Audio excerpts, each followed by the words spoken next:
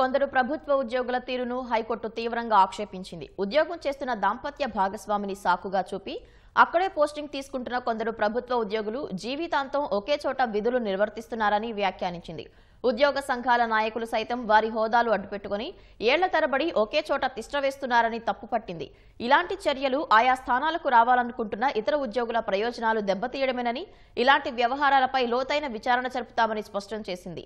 తాలూకా, revenue division, జిల్లా, రాష్ట్ర స్థాయిలో ఉద్యోగ సంఘాల నాయకులమని చెప్పుకుంటూ కొందరు ఒకే చోట పనిచేయవచ్చా? నిబంధనలు ఏం చెప్తున్నాయని ప్రశ్నించింది. చట్టంలో స్పోర్ట్స్ కోటా కింద ఒకే చోట పనిచేసే అవకాశం ఎన్నిసార్లు ఇచ్చే వెసులుబాటు ఉందని న్యాయస్థానం నిలదీసింది.